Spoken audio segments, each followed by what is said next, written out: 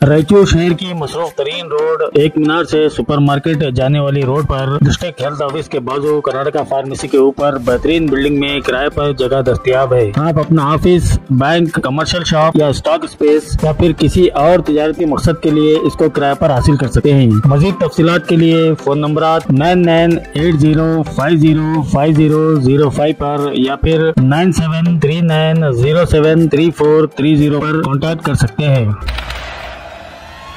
रायचूर की सनसनीखेज खबर। नाजरीन आदाब, मैं आपका मेजबान जहीर। आप देख रहे हैं A1 टीवी। A1 टीवी में आप तमाम लोगों का खैर मकदम है। आज की सनसनीखेज खबर। फूड पॉइजन से एक परिवार के 3 अफराद की मौत, 3 की हालत नाजुक। जराये ने बताया कि सिरवार तालुके के मौजा के तिम्मापुर में कीड़े मार दवाई की छिड़काव की बाद मटकी की फली के सालन खाने की वजह से एक शख्स और उसकी 2 बेटियों की मौत वाक़ हुई, जबकि इसकी बीवी, एक बेटा और एक बेटी की हालत नाजुक बताई जा रही है, जिनको अस्पताल में दाखिल कराया गया है। तफसीलात के मुताबिक इस किसान परिवार ने अपनी 2 एकड़ अराजी पर कपास की फसल उगाई है, जबकि जमीन के कुछ हिस्से पर अपने इस्तेमाल के लिए तरकारी की काट भी की गई है। फसल को कीड़ों से बचाने के लिए हफ्ते के दिन कीड़े मार अद्विया का छिड़काव किया गया था। पीर के दिन इस खेत से मटकी फली लाई गई और पकवान के बाद रात को इस परिवार ने खाना खाया और सभी सो गए। सुबह पूरा परिवार में पेट दर्द की शिकायत देखी गई। परिवार को अस्पताल मुंतकिल किया गया है, जहां रमेश नायक उम्र 38 साल, इनकी बेटी नागम्मा उम्र 8 साल और दीपा उम्र 6 साल की मौत वाक़ हो गई, जबकि रमेश की बीवी पद्मम्मा उम्र 35 साल, बेटा कृष्णा उम्र 12 साल और बेटी चैत्रा की हालत संगीन बताई जाती है। इन तीनों को अस्पताल में इलाज चल रहा है। इस मामले को कविता पुलिस ने दर्ज कर लिया है। ಅವ್ರ ಮನೆಗ 6 ಜನ ಇರೋದು ಸರ್, 6 ಜನದಲ್ಲಿ 3 ಔಟ್ ಆದ್ರು ಸರ್, 3 ಈ ನಾವು ತಿನ್ನುವಂತ ಆಹಾರ ಬುತ್ತಿ ಪಕ್ಕದಾಗ ಇಟ್ಕೊಂಡಿದ್ದೇನೆ, ಆಹಾರ ಸಿಂಪಡಣೆ ಮಾಡ್ತಾರ, ಕೈ ಸ್ವಚ್ಛವಾಗಿ ತೊಳ್ಕೋದಿಲ್ಲ, ಅದನ್ನೇ ಆಹಾರವನ್ನು ತಗೊಂಡು ಸೇವನೆ ಮಾಡೋದ್ರಿಂದ ಇಟ್ಸ್ ವೆರಿ ಡೇಂಜರಸ್. ಮುಂಜಾಗ್ರತೆಗಳು, ಕೈಗೆ ಗ್ಲೌಸ್ ಹಾಕಿಬೇಕು, ಮಾಸ್ಕ್ ಹಾಕಿಬೇಕು, ಮತ್ತೆ ಸಿಂಪಡಿಸಿದ ಮೇಲೆ ಸಾಬೂನಿಂದ ಕ್ಲೀನ್ ಆಗಿ ತೊಳಿಬೇಕು, ಮತ್ತೆ ನಾವು ಊಟ ಮಾಡೋ ಆಹಾರ ಪದಾರ್ಥಗಳನ್ನ ದೂರ ಇಟ್ಟು ಸಿಂಪಡಣೆ ಮಾಡಬೇಕು. ಯಾಕಂದ್ರೆ 2 ದಿವಸ ಕೆಳಗಡೆ ಅಂತ ಹೇಳ್ತೀವಿ ನಾವು, ಅಲ್ಲಿ ಹೋಗಿ ಕಳಿಸಿದಾಗ ಇನ್ನೂ ಸ್ಪ್ರೇ ಮಾಡಿದ್ದು, ಇನ್ನೂ ಎಲೆಗಳ ಮೇಲೆ ಎಲ್ಲ ಕಡೆ ವೈಟ್ ಆಗಿ ಹಂಗೆ ಕಾಣಿಸ್ತಾ ಇದೆ. So that is still it is alive ಇದೆ ಅಂತ ಇದು ಏನು ಸ್ಪ್ರೇ ಮಾಡಿದ್ದು ಔಷಧ ಇದೆ ಅಂತೇಳಿ ನಾವು ಅನ್ಕೋಬಹುದು. ಊರು ಯಾವುದು? ತಿಮ್ಮಾಪುರ, ಕೆ ಊರು. ತಿಮ್ಮಾಪುರ ಎಲ್ಲಿ ಬರ್ತದೆ? ಅದು ಕವಿತಾಳ ಪಕ್ಕದ ಬರುತ್ತೆ, 2 ಕಿಲೋಮೀಟರ್ ಕೋತಾಳಿಂದ. ಅಲ್ಲಿ ನಮ್ಗೆ 3 ಗಂಟೆ 20 ನಿಮಿಷಕ್ಕೆ ಫೋನ್ ಮಾಡಿದ್ರು, ಹಿಂಗ ರಮೇಶಾಗ ಎದಿ ಚುಚ್ಚಿದಂಗ ಆಗ್ತದೆ ಅಂತೇಳಿ ಫೋನ್ ಮಾಡಿದ್ರೆ ನಾನು ಎದ್ದು ಮಕ್ಕ ತೊಳ್ಕೊಂಡು ಕಾರ್ ತಗೊಂಡು ಸೀದಾ ಮಂತ್ಯಕ್ಕೆ ಬರೋದ್ರಾಗ ಸ್ವಲ್ಪ ಎದಿ ಇದಾಗಿದೆ ಅಂತಂದು ರಮೇಶ್ ಏನಾಯ್ತಪ್ಪ ಅಂತ ಹೇಳಿದ್ರೆ ನಾನು ಅಂದಿಟ್ಟಾಗ ಅವರು ಏನೆಲ್ಲ ಸ್ವಲ್ಪ ಎದಿ ತ್ರಾಸ ಆಗ್ತದ, ನೀರು ಕುಡ್ದ ಉಗುಳಕ್ಕೆ ಬರಲಿಲ್ಲ, ನೀರು ಗಂಟು ಹಿಡ್ಕೊಂಡ್ಬಿಡ್ತಿ, ಕಣ್ಣು ಕಾಣಲ್ವಂತಂದು. ಆಮೇಲೆ ಮತ್ತೆ ಕಾಲ್ ಮಾಡಿದಂತ ಕರ್ಕೊಂಡು ಬಂದೆ, ಕಾಲ್ ಮಾಡಿದ್ಮೇಲೆ ಸೀದಾ ಕಾರ್ಯಾಗ ಓಮ್ ರೈತರಿಗೊಂಬಂತ ಕೇಳಿದೆ. ಒಟ್ಟು ಹಿಂಗೆ ಕೈ ಹಿಂಗೆ ಮಾಡಿದ್ವಿ, ಒಟ್ಟು ಓಮ್ ಅಂತಂದು. ಓಮ್ ಅಂದಕ್ಕೆ ನಾನು ಸಡನ್ ಆಗಿ ಗಾಡಿ ಕುಂತ ಮೇಲೆ ಮಕ್ಕಳನ್ನ ಹೆಣ್ಮಕ್ಳು ಹಾಕ್ಯಂದು ಸೀದಾ ಬಂದೆ. ಕೌದಳ ಗಂಡ ಹೆಂಡತಿ ಮಕ್ಕಳ? ಗಂಡ ಹೆಂಡತಿ, 2 ಗಂಡ ಹೆಂಡತಿ 2 ಮಕ್ಕಳು ತಗೊಂಬಂದ್ಮಾಗ ಸೀದಾ ನಾನು ಬರ್ಬೇಕಾದ್ರೆ ಸ್ಪೀಡ್ನಲ್ಲಿ ಬಂದಿನಿ. ನಾನು ಬಂದು ಸೀದಾ ಅಲ್ಲಿ ಹಾಸ್ಪಿಟ್ಲಿಗೆ ಹೋದೆ, ಅದು ಮುಚ್ಚಿತ್ತು ನಮ್ಮ ಬುದ್ಧಿ ನಾಸಪುರದ್ದು. ಸೀದಾ ಇಲ್ಲಿ ಬಂದೆ, ಇಲ್ಲಿ ಬರ್ಬೇಕಾದ್ರೂ ಫಸ್ಟ್ ಅಲ್ಲಿ 6 ಹೊಟ್ಟಕಂತ ಬಂದಿನಿ, ಸ್ಪೀಡ್ ಆಗಿರಲ್ಲ. ಹಾಸ್ಪಿಟ್ಲಿಗೆ ಏನು ಮಾಡಿ ಅವ್ರಿಬ್ಬರು ನಾನು ಉಳಿಸಬೇಕಂತೇಳಿ ನಮ್ಮ ಸಾಬ್ ಎಟ್ಟಿ ಸರ್ ನಮ್ಗೆ ಭಾಳ ಹೆಲ್ಪ್ ಮಾಡಿದ್ರು. ಬಂದ್ಮೇಲೆ ಇಲ್ಲಿ ಅವರು ಯಾವಾಗ ನಮಾಜಿ ಮಾಡಕಂದ್ರೆ ಅಂತ ನಮಾಜಿನ ಫುಲ್ ಮುಗಿಸ್ರೆ ಅರ್ಧಕ್ಕೆ ಮುಗಿಸ್ರೆ ಗೊತ್ತಿಲ್ಲ ನಮ್ಗೆ. ಬಂದು ಫಸ್ಟ್ ಟ್ರೀಟ್ಮೆಂಟ್ ಕೊಟ್ಟರು. ಅವರು ಟ್ರೀಟ್ಮೆಂಟ್ ಕೊಟ್ಟ ಮೇಲೆ ರಾತ್ರಿ 2 ಗಂಟೆ ಆಗಿತ್ತು ಸರ್. ರಮೇಶ್ ಅಂಬರು ನಮಗೆ ಫೋನ್ ಮಾಡಿದ್ರು, ಯಾಕೆ ಬಿಟ್ಟಂತೆ ಫೋನ್ ಮಾಡಿದ್ರೆ ಇರೋ ಸಣ್ಣ ಪಪ್ಪರ ಬಾ ಮನೆ ಕಡೆಗೆ ಜಲ್ದಿ ಬರ್ಬೇಕಪ್ಪ ಅಂದ್ರೆ ಆಯ್ತಪ್ಪ ಬನ್ನಿ ಸರ್. ಬಂದ್ಗಳಿಗೆ 4 ಜನಕ್ಕೆ 1-2 ಮಕ್ಕಳಿಗೆ ತಮ್ಮ 2 ಗಂಟೆ ಹೇಳ್ತೀವಿ, ಎಲ್ಲ ಪೂರ ತ್ರಾಸ ಆಗಿಬಿಟ್ಟೈತೆ ಸರ್. ಅಲ್ಲಿ ಚೂಸ್ತದ, ಇಲ್ಲಿ ಚೂಸ್ತದಪ್ಪ, ಇಲ್ಲಿ ಎದೆ ನೋವು ಆಗಿದೆ, ನಮ್ಗೆ ಪೂರ ತ್ರಾಸ ಆಯ್ತು ಸರ್. ಮತ್ತೆ ಕಾರ್ ಮುಗಿಸಂತ ಲಿಂಗ್ಸೂರಿಗೆ ಹೋದ್ವಿ ಸರ್. ಲಿಂಗ್ಸೂರಿಗೆ ಹೋದಗಳಿಗೆ ಮತ್ತೆ ಅಲ್ಲಿ ನಾಗಮ್ಮ ಕಾಜೆ ಡಾಕ್ಟರ್ ಅಂತ ಹೇಳಿದ್ವಿ ಸರ್, ಗೌರ್ಮೆಂಟ್ ಹಾಸ್ಪಿಟಲ್ ಕಾಜೆ ಡಾಕ್ಟರ್. ಮತ್ತೆ ಅತ್ತೇನು ಚೊಳತ್ನಾಗ ನೋಡಿದ್ವಿ ಸರ್. ಮತ್ತೆ ನಾಗಮ್ಮ ಮಕ್ಕಳು ಔಟ್ ಆಗಿಬಿಟ್ಟು ಸರ್, ಪೂರ ತ್ರಾಸ ಆಗಿಬಿಟ್ಟು. ಮತ್ತೆ ಆಮೇಲೆ ರಾಮೇಶನ್ ಔಟ್ ಆಗಿತ್ತು. ಮತ್ತೆ ಇದ್ದು ನಾನು ಬಗ್ಸರಪ್ಪ ಇನ್ನೂ 2 ದಿವಲ್ಲ ಔಟ್ ಸೀರಿಯಸ್ ಐತೆ, ರಾಯಚೂರು ಕರ್ಕೊಂಡು ಹೋಗ್ಬಿಟ್ರು ರಿಮ್ಸ್ ಹಾಸ್ಪಿಟ್ಲ್. ಮತ್ತೆ ಆಂಬುಲೆನ್ಸ್ ಮಾಡಿ ಅವ್ರ ಕಳಿಸ್ಕೊಟ್ರು ಸರ್.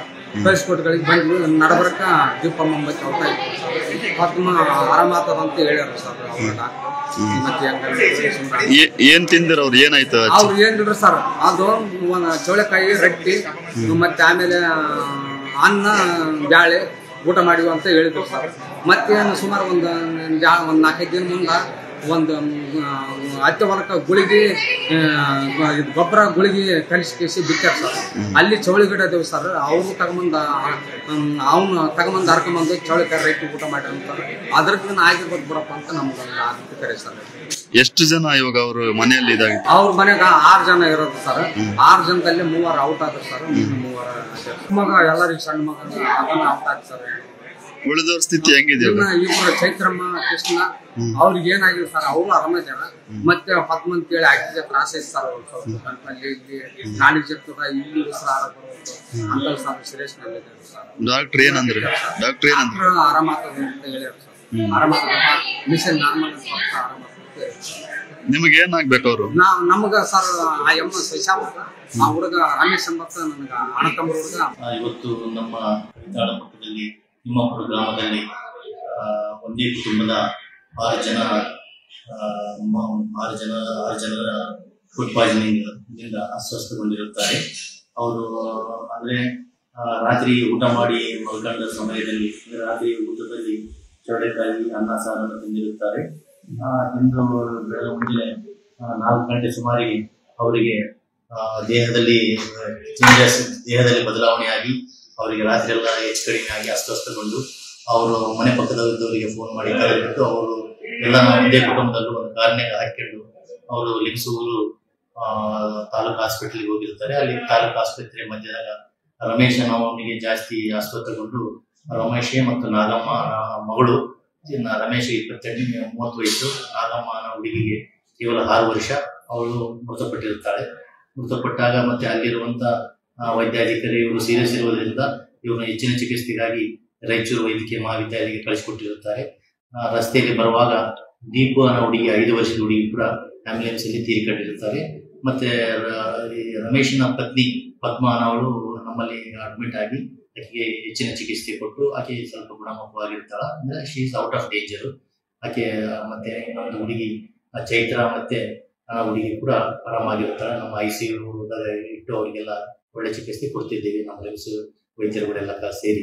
ಈ ನಾವು ತಿನ್ನುವಂತ ಆಹಾರ ಬುತ್ತಿ ಪಕ್ಕದಾಗ ಇಟ್ಕೊಂಡಿದ್ದೇನೆ. ಆಹಾರ ಸಿಂಪಡಣೆ ಮಾಡ್ತಾರ, ಕೈ ಸ್ವಚ್ಛವಾಗಿ ತೊಳ್ಕೋದಿಲ್ಲ. ಅದನ್ನೇ ಆಹಾರವನ್ನು ತಗೊಂಡು ಸೇವನೆ ಮಾಡೋದ್ರಿಂದ ಇಟ್ಸ್ ವೆರಿ ಡೇಂಜರಸ್. ಅಂದ್ರೆ ಈ poisonous pesticide it's very dangerous. ಅದು ಜಸ್ಟ್ ವಾಸನೆ ತಗೊಂಡ್ರೇನೆ ಎಷ್ಟೋ ರೆಸ್ಪಿರೇಟರಿ ತೊಂದರೆ ಆಗಿ ಸಾವುಗಳ ಗೀರಣ ಆಗ್ತದೆ. ಅಂತ ಸಂದರ್ಭದಾಗ ಇವರು ಏನಂತಾರ, ಈ ಚೌಳೆಕಾಯಿಗೆ ಮತ್ತೆ ಎಲ್ಲೆಲ್ಲೂ ಸಿಂಪಡಣೆ ಮಾಡಿದಂತ ಆಹಾರವನ್ನು ಸರಿಯಾಗಿ ಸ್ವಚ್ಛವಾಗಿ ಅದನ್ನ ತೊಳ್ಯಾರ್ದ ಡೈರೆಕ್ಟ್ ಆಗಿ ತಿನ್ನುವುದರಿಂದ ಕೂಡ ಈ ರೀತಿ ತಿನ್ನುವ ಆಹಾರದಾಗ ಬದಲಾವಣೆಯಾಗಿ ಈ ತರ ಅಸ್ವಸ್ಥಗೊಳ್ಳಲಿಕ್ಕೆ ಕಾರಣವಾಗ್ತದೆ.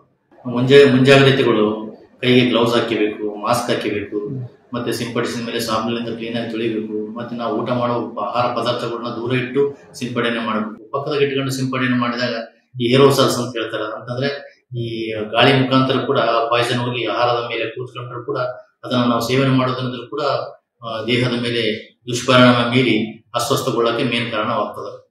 ರಾಯಚೂರು ಜಿಲ್ಲೆಯ ಮಾನ್ವಿ ತಾಲೂಕಿನ ತಿಮ್ಮಾಪುರ, ಕಡೋನಿ ತಿಮ್ಮಾಪುರನ ವಿಲೇಜಲ್ಲಿ ರಾತ್ರಿ ಒಂದೇ ಕುಟುಂಬದ ಸದಸ್ಯರು ರಾತ್ರಿ ಬೇಳೆ ಮತ್ತು ಪಲ್ಯ, ಚೋಳೆಕಾಯಿ ಪಲ್ಯ ಮತ್ತು ರೊಟ್ಟಿ, ರೈಸ್ ತಿಂದಿದ್ರಂತೆ. ಅದಾದ ನಂತರ ರಾತ್ರಿ ಅವರಿಗೆ ಕೆಲವರಿಗೆ ವಾಂತಿ, ಆಮೇಲೆ ಬೇದಿ, ಆಮೇಲೆ ಸ್ವಲ್ಪ ಉಸಿರಾಟ ತೊಂದರೆ ಕಾಣಿಸ್ಕೊಂಡಿದೆ. ರಾತ್ರಿ 2 ಗಂಟೆ ಸುಮಾರು ಅದು ಇಂಟೀರಿಯರ್ ಪ್ಲೇಸ್ ಇರೋದ್ರಿಂದ ಸೊ ಅಲ್ಲಿ ನಮ್ಮ ಕವಿತಾಳ CSC ಹತ್ರ ಬರುತ್ತೆ, ಸಮುದಾಯ ಆರೋಗ್ಯ ಕೇಂದ್ರ ಹತ್ರ. ಅಲ್ಲಿಂದ ಅವರು ವೆಹಿಕಲ್ ಮಾಡಿಕೊಂಡು ಹತ್ತಿರದಲ್ಲಿರ್ತಕ್ಕಂಥ ಸಾರ್ವಜನಿಕ ಆಸ್ಪತ್ರೆ ಲಿಂಗಸೂರಿಗೆ ಕರ್ಕೊಂಡು ಹೋಗಿದ್ದಾರೆ. ಅಲ್ಲಿ ಲಿಂಗಸೂರು ಆಸ್ಪತ್ರೆಗೆಲ್ಲ ಕರ್ಕೊಂಡು ಹೋಗೋಷ್ಟೆಲ್ಲ ಕೆಲವು 4 ಜನ ಹೋಗಿದ್ದಾರೆ. 4 ಜನರಲ್ಲಿ 2 ಸೀರಿಯಸ್ ಇದ್ದರು. ಸೊ ಅವರಿಗೆ ನಮ್ಮ ಕರ್ತವ್ಯದಲ್ಲಿರ್ತಕ್ಕಂಥ ವೈದ್ಯರು ಎಲ್ಲ ತಮ್ಮ ಒಂದು ಪ್ರಯತ್ನದೆಲ್ಲ ಟ್ರೀಟ್ಮೆಂಟನ್ನು ಕೊಟ್ಟಿದ್ದಾರೆ.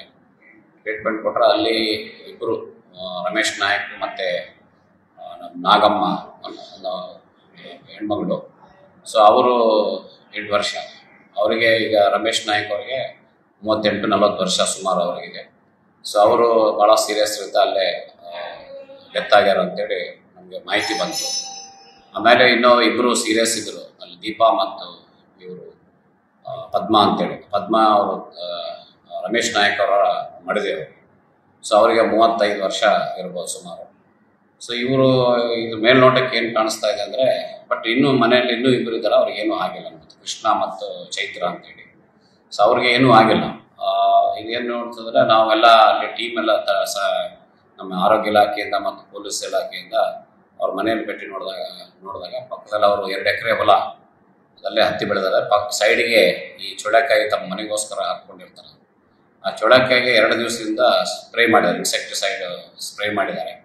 ಅದು ಇನ್ನೂ ನಾವು ನೋಡಿದ್ರೆ ಎಲೆಗಳ ಮೇಲೆ ಇನ್ನೂ ಹಂಗೆ ವೈಟ್ ಆಗಿ ಹಂಗೆ ಇದೆ. ಜೊತೆಗೆ ಏನು ಗುಳಿಗೆ ಸಿಂಪಡಣೆ ಮಾಡ್ತಾರಲ್ಲ, ಅದು ಗುಳಿಗೆ ಕೂಡ ಯೂರಿಯಾ ಆ ಟೈಪ್ ಏನೋ ಇದೆ ಅದು. ಸೊ ಹಾಗಾಗಿ ಅಲ್ಲಿ ಅವ್ರು ಏನಾಗಿದೆ, ಮೋಸ್ಟ್ಲಿ ಅವರು 2 ದಿವಸ ಕೆಳಗಡೆ ಹೊಡೆದಿಗೆ ಅಂತ ಹೇಳೋ ದೃಷ್ಟಿಯಿಂದೇನೋ ಅದು ಚೊಳ್ಳೆಕಾಯಿ ತಗೊಂಡು ಕಾಯಿ ಪಲ್ಯ ಮಾಡ್ಕೊಂಡಿದ್ದಾರೆ. ಅದಾದ ನಂತರ ತಗೊಂಡ ತಕ್ಷಣ ಈ ಥರ ಇನ್ಸಿಡೆಂಟ್ ಆಗಿದೆ. ಇದು ನೋಡಿದ್ರೆ ಆಕ್ಸಿಡೆಂಟಲ್ ಪಾಯ್ಸನಿಂಗ್ ಅಂತ ನಮ್ಗೆ ಮೇಲ್ನೋಟಕ್ಕೆ ಕಾಣ್ ಬರ್ತಾ ಇದೆ. ಸೊ ಅದಾದ ನಂತರ ಈಗ 3 ಜನ, ದೀಪ ಅನ್ನೋರು ಕೂಡ ಭಾಳ ಸೀರಿಯಸ್ ಇದ್ದರು, 6 ವರ್ಷದ ಹುಡುಗಿ. ಅದಾದ ನಂತರ ಅವರು ಅಲ್ಲಿಂದ ಇವರು ಸೀರಿಯಸ್ ಇರ್ತಕ್ಕಂಥ ಇಬ್ಬರು ಇದ್ರೆ ಆನ್ ದ ವೇ ದೀಪ ಅನ್ನೋರು ಡೆತ್ ಆಗಿದ್ರು. ಅದಾದ ನಂತರ ಪದ್ಮ ಅನ್ನೋರು ಈಗ ICU ಅಲ್ಲಿ ಟ್ರೀಟ್ಮೆಂಟ್, ರಿಮ್ಸ್ ಆಸ್ಪತ್ರೆಯಲ್ಲಿ ನಾವು ರಾಯಚೂರು ಇನ್ಸ್ಟಿಟ್ಯೂಟ್ ಆಫ್ ಮೆಡಿಕಲ್ ಸೈನ್ಸಲ್ಲಿ ICU ಅಲ್ಲಿ ಟ್ರೀಟ್ಮೆಂಟ್ ತೊಗೊತಾ ಇದ್ದಾರೆ ಪದ್ಮ ಅನ್ನೋರು. ಇನ್ನೂ ಇಬ್ಬರು ಹುಡುಗರು ಅವ್ರಿಗೆ ಯಾವುದೇ ತೊಂದರೆ ಇಲ್ಲ, ಆದರೂ ಅವ್ರನ್ನ ನಾವು ICU ಅಲ್ಲಿ ಅಬ್ಸರ್ವೇಷನ್ ಇಟ್ಟಿದ್ದೀವಿ. ಅವ್ರದ್ದೆಲ್ಲ ಚೆಕಪ್ ಮಾಡಿ ವರ್ಕೌಟ್ ಮಾಡಿ ಯಾವುದಕ್ಕಾಗಿರ್ಬೋದು ಅಂತ ಬ್ಲಡ್ ಟೆಸ್ಟ್ ಎಲ್ಲ ಮಾಡ್ತೀವಿ. ಸೊ ಸದ್ಯ ಇಬ್ಬರು ಮಕ್ಕಳು ಆರಾಮಾಗಿದ್ದಾರೆ, ತಾಯಿ ICU ಅಲ್ಲಿ ಟ್ರೀಟ್ಮೆಂಟ್ ತೊಗೊತಾ ಇದ್ದಾರೆ. ಸೊ ಇನ್ನೆಲ್ಲ ಏನೇನೋದು ಕೂಡ ನಾವು ಪೊಲೀಸ್ ಇಲಾಖೆಯಿಂದ, ಆರೋಗ್ಯ ಇಲಾಖೆಯಿಂದ ಕೂಡ ನಾವು ತನಿಖೆಯನ್ನು ಮಾಡ್ತಾ ಇದ್ದೀವಿ. ಬಟ್ ಇದು ಮೇಲ್ನೋಟಕ್ಕೆ ಆಕ್ಸಿಡೆಂಟಲ್ ಪಾಯ್ಸನಿಂಗ್ ಅಂತೇಳಿ ಮಿಕ್ಸ್ ಆಗಿರುತ್ತೆ, ಗೊತ್ತಾಗ್ತಾ ಇದೆ ಫುಡ್ಡಲ್ಲಿ. ಸೊ ಮುಂದಿನ ಏನು ಬೆಳವಣಿಗೆ ಆಗ್ತದೆ ಮತ್ತು ಇವನ್ನೆಲ್ಲ ನಾವು ಈಗ ಇದ್ದವ್ರನ್ನ ಚೆನ್ನಾಗಿ ನೋಡ್ಕೊಳ್ಳೋಕ್ಕೆ ಪ್ರಯತ್ನ ಮಾಡ್ತೀವಿ. ನಮ್ಮ ರೈತರಿಗೆ ವಿಶೇಷವಾಗಿ ಈ ಥರ ಸ್ಪ್ರೇಯಿಂಗ್ ಮಾಡಿದ್ಮೇಲೆ ಎಷ್ಟು ದಿವಸ ಆದಮೇಲೆ ಇದರ ಫುಡ್ ಪಾಯ್ಸನಿಂಗ್ ಆಗೋ ಚಾನ್ಸಸ್ ಇರ್ತದೆ, ತಿನ್ನಬಾರ್ದು ಅನ್ನೋದಕ್ಕೆ ನಾವು ನಿಜವಾಗ್ಲೂ ಕೃಷಿ ಇಲಾಖೆಯಿಂದ ಆಗಬೇಕು, ಆರೋಗ್ಯ ಇಲಾಖೆಯಿಂದ, ಯಾಕಂದರೆ ಪೆಸ್ಟಿಸೈಡ್ಸ್ ಅದು ನಾವು ಮಾಡೋ ಟ್ರೀಟ್ಮೆಂಟ್ ನಾವು ಮಾಡ್ತೀವಿ. ಕೃಷಿ ಇಲಾಖೆಯಿಂದ ಎಂತೆಂಥ ಇನ್ಸೆಕ್ಟಿಸೈಡ್ಸ್ ಭಾಳಷ್ಟು ಪಾಯ್ಸನ್ ಎಷ್ಟು ದಿವಸ ಆದಮೇಲೆ, ಈಗ ಇವತ್ತು ಹೀಗೆ ಬರೀ ಒಂದೇ ಕುಟುಂಬದವರು ಅವ್ರ ಮನೆಗೆ ತೊಗೊಂಡಿದ್ದಾರೆ, ಸ್ವಲ್ಪ ಬೇರೆ ಸಾರ್ವಜನಿಕರಿಗೆ ಕೊಟ್ಟರೆ ಏನಾಗುತ್ತೆ, ಎಷ್ಟು ದಿವಸ ಆದಮೇಲೆ ಅನ್ನೋದು ಕೂಡ ಅವರು ಒಂದು ಅರಿವು ಮೂಡಿಸ್ಬೇಕಾಗ್ತದೆ ರೈತರಿಗೆ. ಯಾವುದೇ ಒಂದು ಸ್ಪ್ರೇ ಮಾಡೋಂತಾಗ ಅವ್ರು ಯಾರು ಸೇಲ್ ಮಾಡ್ತಾರಲ್ಲ ಅವರು ಕೂಡ ಹೇಳಬೇಕು, ಇದನ್ನು ಇಷ್ಟು ನೀರಲ್ಲಿ ಸಿಂಪಡಿಸಿ ಮಾಡಬೇಕು, ಇಷ್ಟು ಪ್ರಮಾಣ ಇರಬೇಕು, ಅದಾದ ನಂತರ ಎಷ್ಟು ದಿವಸ ಆದಮೇಲೆ ಅದನ್ನು ಮತ್ತೆ ನಾವು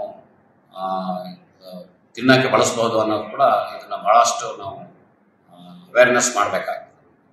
ಯಾಕಂದರೆ 2 ದಿವಸ ಕೆಳಗಡೆ ಅಂತ ಹೇಳ್ತೀವಿ, ನಾವು ಅಲ್ಲಿ ಹೋಗಿ ಕಳಿಸಿದಾಗ ಇನ್ನೂ ಸ್ಪ್ರೇ ಮಾಡಿದ್ದು ಇನ್ನೂ ಎಲೆಗಳ ಮೇಲೆ ಎಲ್ಲ ಕಡೆ ವೈಟ್ ಆಗಿ ಹಂಗೆ ಕಾಣಿಸ್ತಾ ಇದೆ. So that is still it is alive ಇದೆ ಅಂತ ಇದು ಏನು ಸ್ಪ್ರೇ ಮಾಡಿದ್ದು ಔಷಧ ಇದೆ ಅಂತೇಳಿ ನಾವು ಅನ್ಕೋಬೋದು. ಸೊ ಅದಕ್ಕೆ ಭಾಳ ಇಂಪಾರ್ಟೆಂಟು, ಇದರ ಸ್ಪ್ರೇ ಮಾಡಿದ ಮೇಲೆ ಎಷ್ಟು ದಿವಸ ತನಕ ಅಲ್ಲಿ ಮುಟ್ಟಬಾರ್ದು, ತಿನ್ನುವಂಥ ಪದಾರ್ಥಗಳು ಅಥವಾ ಕಾಯಿ ಪಲ್ಯಗಳಿದ್ದರೆ ಮುಟ್ಟಬಾರ್ದು ಅನ್ನೋದು ಕೂಡ ಭಾಳಷ್ಟು ನಾವು ಅವೇರ್ನೆಸ್ ಮಾಡಬೇಕಾಗುತ್ತೆ. ನಾವು ಇದ್ರ ಬಗ್ಗೆ ಕೃಷಿ ಇಲಾಖೆ ಮೇಲೆ ಕೂಡ ನಾನು ಮತ್ತು ನಮ್ಮ ಜಿಲ್ಲಾಧಿಕಾರಿಗಳು CEO ಸರ್ ಚರ್ಚೆ ಮಾಡಿ ಈ ರೈತ ಸಂಪರ್ಕ ಕೇಂದ್ರಗಳಲ್ಲಿ ಇದನ್ನು ಅವೇರ್ನೆಸ್ ಮೂಡಿಸೋಕ್ಕೆ ನಾವು. ಎಲ್ಲರಿಗೂ ನಮಸ್ಕಾರ. ನಾನು ಡಾಕ್ಟರ್ ವಿಜಯಶಂಕರ್ ಅಂತ, ಜಿಲ್ಲಾ ಶಸ್ತ್ರಚಿಕಿತ್ಸಕರು, ರಿಮ್ಸ್ ಆಸ್ಪತ್ರೆ. ಆಹಾರ ಸೇವನೆ ಮಾಡಿದ ಇದು ಅವರು ಹೇಳ್ತಾ ಇದ್ದಾರೆ, ಮತ್ತು ಹೊಲಕಡೆ ಕೆಮಿಕಲ್ ಸಿಂಪರಣೆ ಮಾಡಿತು ಅಂತೇಳಿ ಅವರು ಸಂಬಂಧಿಕರು ಹೇಳಿದ್ರು. ಒಟ್ಟು ನಿಖರವಾದ ಮಾಹಿತಿ ಸಾವಿಗೆ ಕಾರಣ ಅದು ಚೌಳೆಕಾಯಿ ಕೆಮಿಕಲ್ ಸಿಂಪರಣೆ ಸೇವಿಸಿದ್ದೋ ಮತ್ತು ಅದು ಯಾವ ರೀತಿ ಬೇರೆ ರೀತಿಯ ಫುಡ್ ಪಾಯ್ಸನಿಂಗ್ ಆಗಿದೆಯೋ ಎಂಬುದು ಅದಕ್ಕೆ ಕೆಮಿಕಲ್ ಅನಾಲಿಸಿಸ್ ಮಾಡಿ ಪೋಸ್ಟ್ ಮಾರ್ಟಮ್ ಮಾಡಿದ ನಂತರನೇ ನಿಖರವಾದ ಮಾಹಿತಿ ಸಾವಿಗೆ ಗೊತ್ತಾಗ್ತದೆ.